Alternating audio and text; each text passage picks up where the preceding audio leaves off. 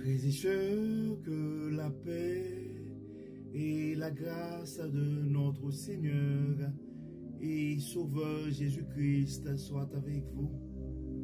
Ici est WH Redemption Ministries pour notre dévotion matinale pour ce lundi 10 juin 2024.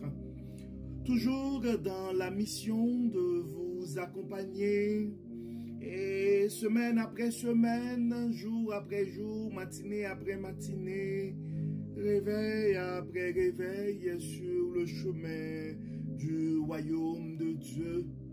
Car l'essentiel, frères et sœurs, est dans le royaume de Dieu. La force est en Dieu, le succès est en Dieu, la consolation est en Dieu, l'abondance est en Dieu, frères et sœurs, et la connaissance est en Dieu, la sagesse est en Dieu, l'intelligence est en Dieu, et oui, l'espérance est en Dieu. C'est pourquoi, frères et sœurs, nous répétons à chaque instant, cherchons d'abord le royaume de Dieu et sa justice, et toutes les autres choses nous seront données en plus. Bon réveil mon frère, bon réveil ma soeur, bienvenue à notre dévotion matinale de ce matin, de ce lundi. Que le nom de l'Éternel soit béni, que le nom de l'Éternel soit exalté, que le nom de l'Éternel soit glorifié, car il nous a permis de nous réveiller ce matin. Beaucoup n'ont pas survécu cette nuit, frères et sœurs. C'est pourquoi nous devons rendre gloire à Dieu. Probablement certains d'entre nous ont eu une nuit difficile. Mais gloire soit rendue à Dieu. Ebenezer, Ebenezer, jusqu'ici, l'Éternel nous a secourus. Probablement, tu te lèves ce matin, mon frère, et avec plein de questionnements. Et probablement, tu te lèves ce matin, ma soeur, et tu te poses plein de questions. Pour beaucoup d'entre nous, c'est une semaine de travail qui s'annonce. D'autres, ce sont les études. En fait, frères et sœurs, peu importe ta situation et les circonstances, nous devons nous rappeler les messages de la semaine dernière. Et en son temps, Dieu fait toutes choses belles.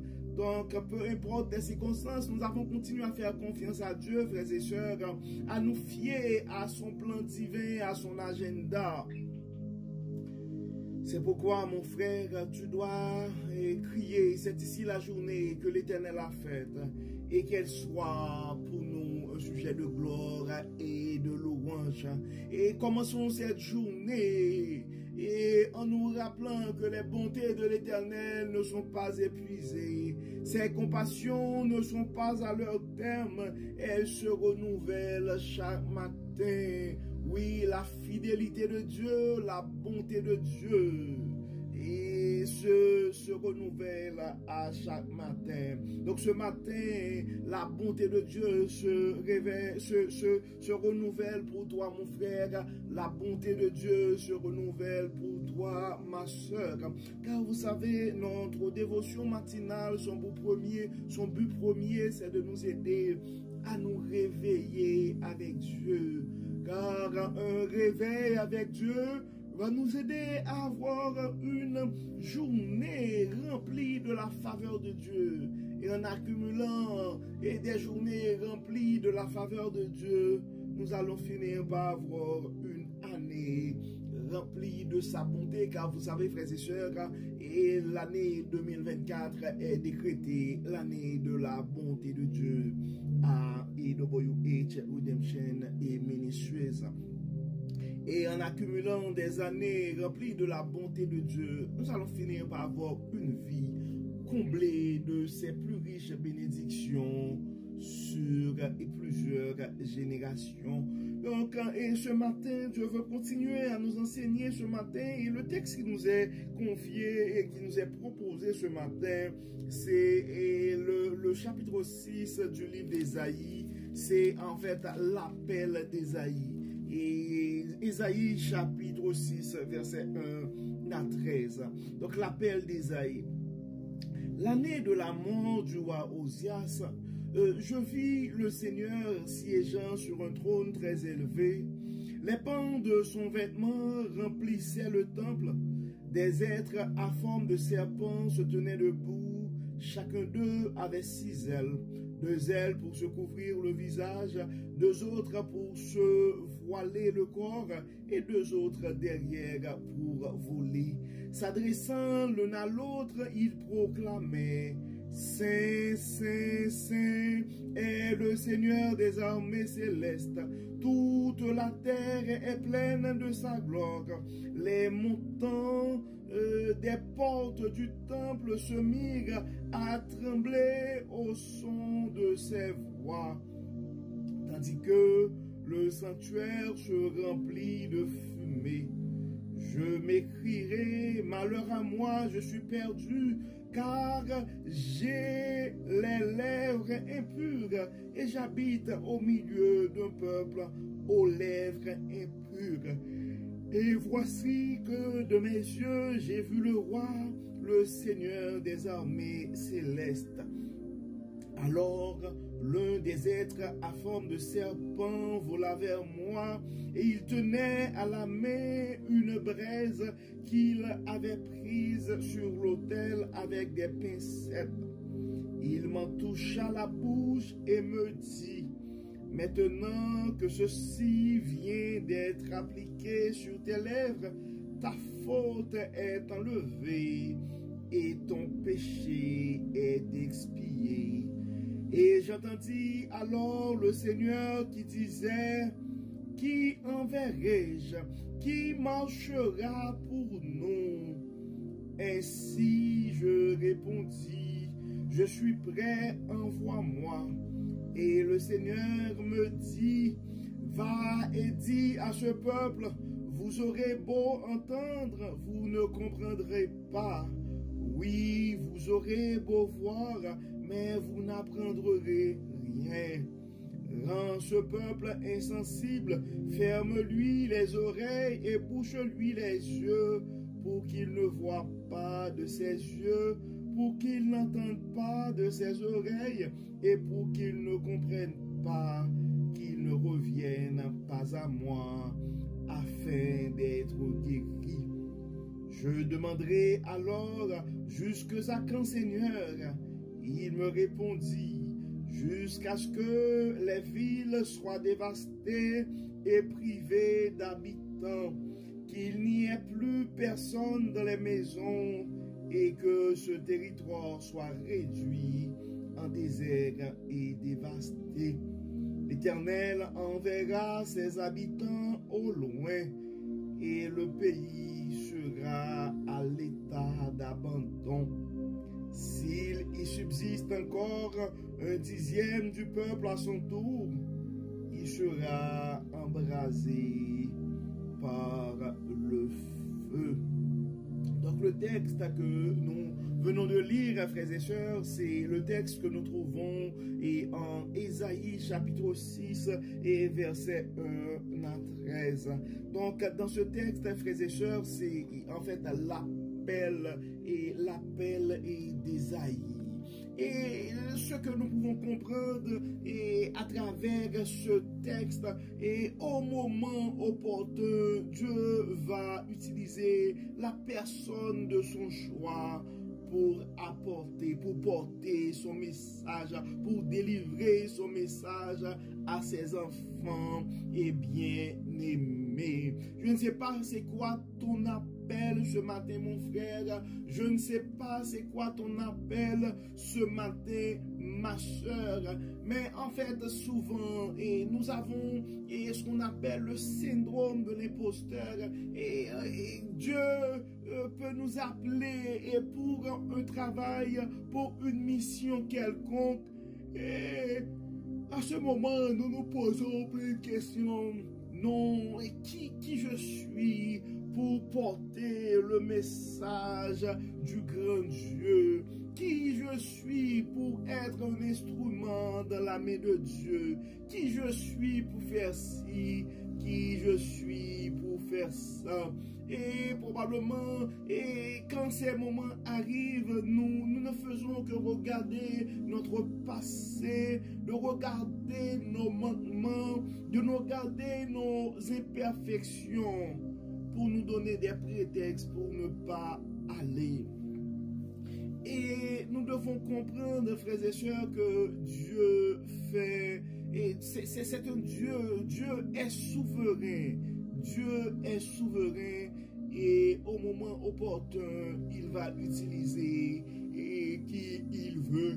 Donc on voit dans le verset 5, c'était quoi la réaction d'Ésaïe? Et verset 5, Ésaïe chapitre 6, verset 5, ça dit: je m'écrierai, malheur à moi, je suis perdu, car j'ai les lèvres impures, et j'habite au milieu d'un peuple aux lèvres impures. Et voici que de mes yeux, j'ai vu le roi, le Seigneur des armées célestes. Je ne sais pas qui parmi nous et qui reçoit un message ce matin et qui commence à se poser plein de questions, à regarder ses imperfections et hésite à s'engager pour le maître. Donc tu dois comprendre ce matin, mon frère, tu dois comprendre que ce matin, ma soeur, quand Dieu t'approuve, quand tu as été choisi par Dieu, eh bien lui, il est le maître souverain, il va t'outiller pour le service. Et dans le verset 6, on voit quoi? Alors l'un des êtres à forme de serpent vola vers moi. Il tenait à la main une braise qu'il avait prise sur l'autel avec des pincettes.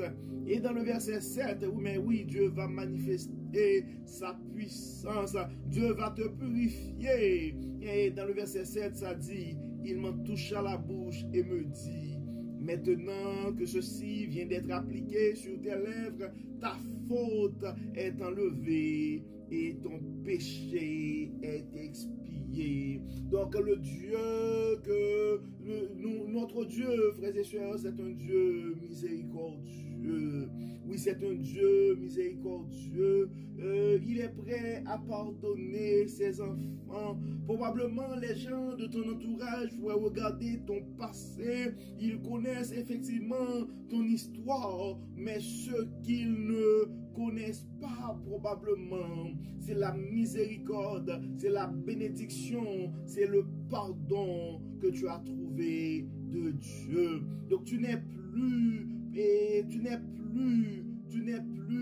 quelqu'un de souillé, mon frère. Tu n'es plus quelqu'un de souillé, ma soeur, car tes péchés sont pardonnés et ta faute est enlevée. Ton péché est expié. Et dans le verset 8, ça dit: et j'entendis alors le Seigneur qui disait: qui enverrai-je? Qui marchera pour nous? Alors je répondis: je suis prêt, envoie-moi. Je suis prêt, envoie-moi. Donc je ne sais pas avec quel sentiment ce matin tu reçois ce message, mon frère. Je ne sais pas avec quel sentiment que tu reçois ce message, ma soeur. Mais Dieu, si Dieu t'a révélé, si tu reçois l'appel de Dieu, non, ne regarde pas tes imperfections, car nous autres, nous regardons la logique de Dieu, ou la logique de Dieu est différente de la logique des hommes. Donc Dieu, le Dieu qui t'a choisi, il va t'outiller, il va te fortifier. C'est pourquoi tout ce que tu as besoin ce matin, mon frère, c'est l'approbation de Dieu pour répondre à son appel. Reçois ce matin, mon frère, reçois ce matin, ma soeur, le pardon de tes péchés et sois prêt pour répondre à l'appel du Christ. Voici que mes yeux, j'ai vu le roi, le Seigneur des armées célestes. alors l'un des êtres, c'est ça, et malheur à moi, je suis perdu, j'ai les lèvres impures et j'habite au milieu d'un peuple aux lèvres impures. Probablement c'est avec ce sentiment que tu reçois ce message ce matin.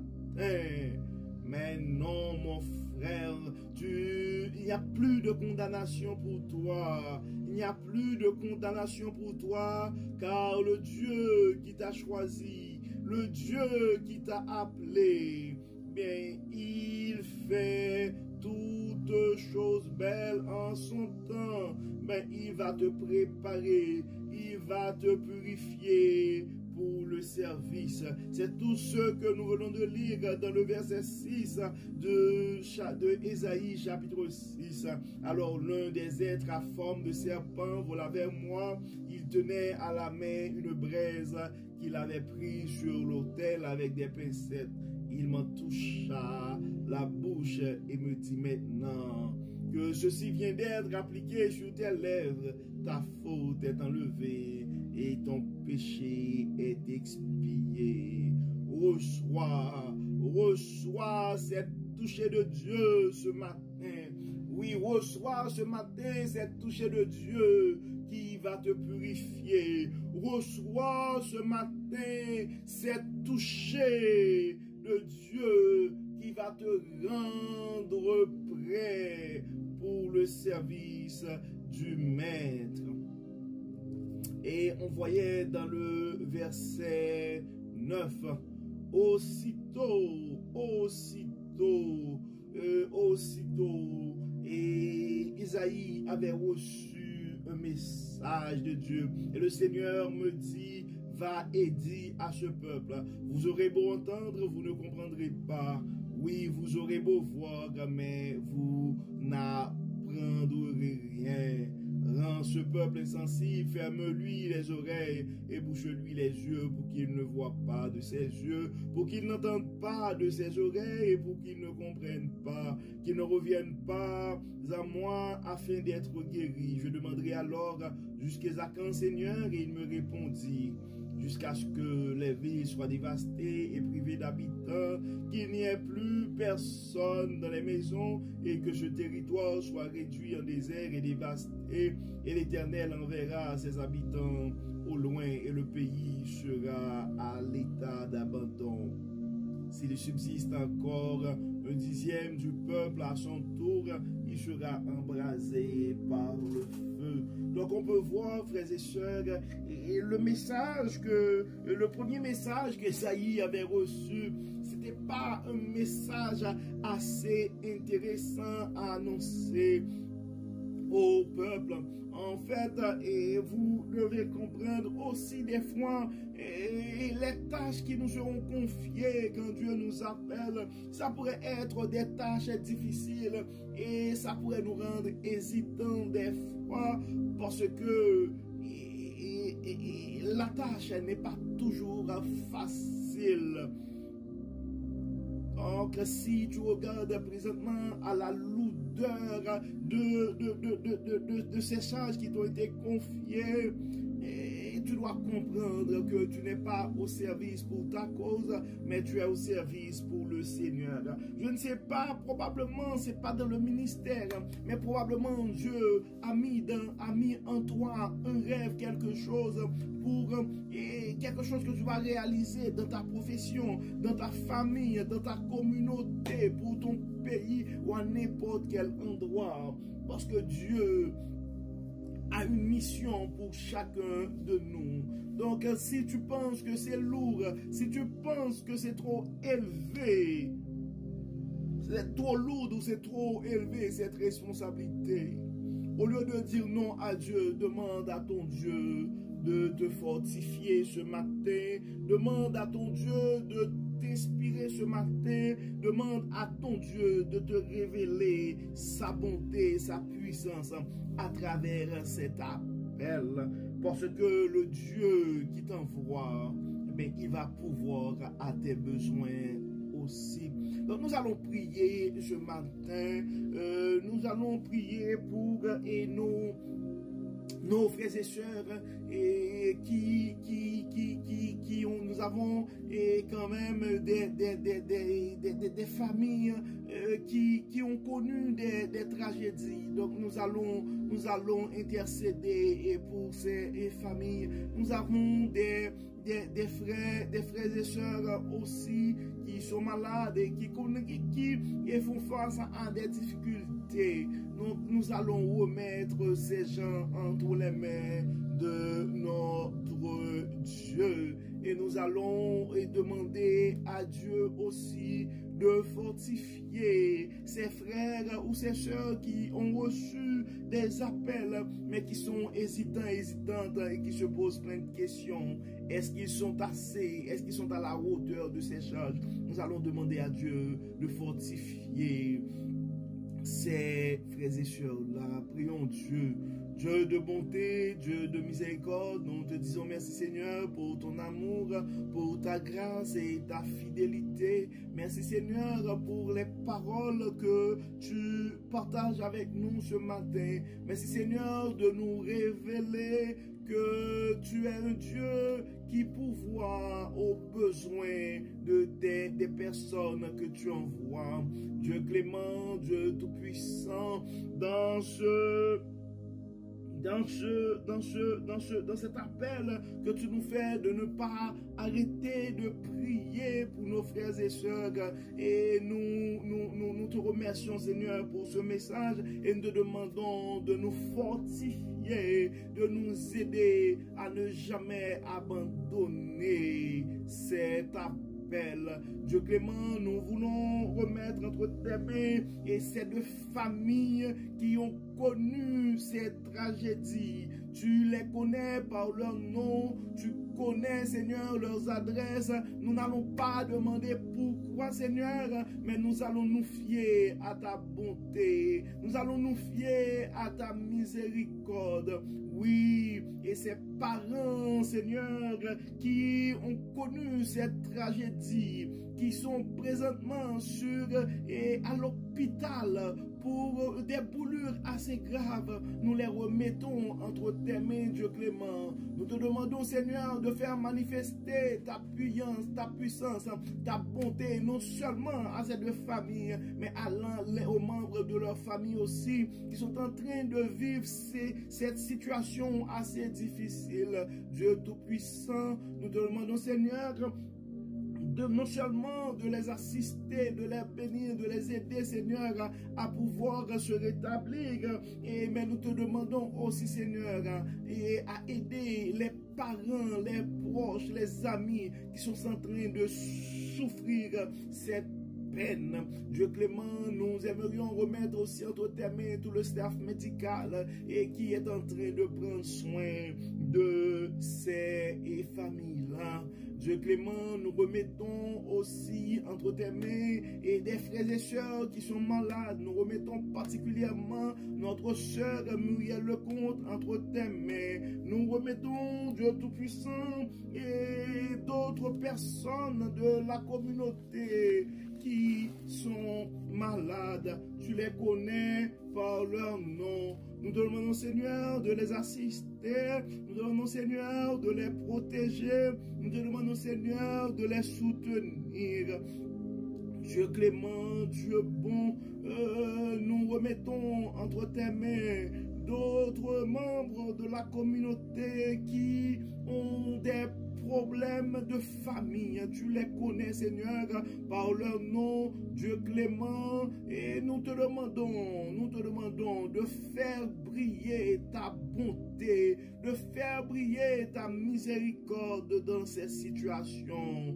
Oui, Dieu de bonté, Dieu d'amour, nous remettons entre tes mains et certaines familles aussi qui sont en difficulté financière. D'autres, certains sont à la recherche de l'emploi. D'autres, Seigneur, et présentement sont immigrés dans un pays étranger et le début n'est pas facile. Nous te demandons, Seigneur, de les accompagner, de les inspirer, de les aider, Seigneur, afin qu'ils puissent s'intégrer sur cette nouvelle terre. Dieu clément, nous remettons entre tes mains et certains certains frères et sœurs et qui sont en train de subir des persécutions à cause de leur foi. D'autres ont dû abandonner leur pays à cause de la guerre, de l'instabilité politique. Tu les connais, Seigneur, et nous remettons ces gens entre tes mains. Il y a beaucoup, Seigneur, qui font face à d'autres formes de difficultés et qui attendent avec impatience une réponse.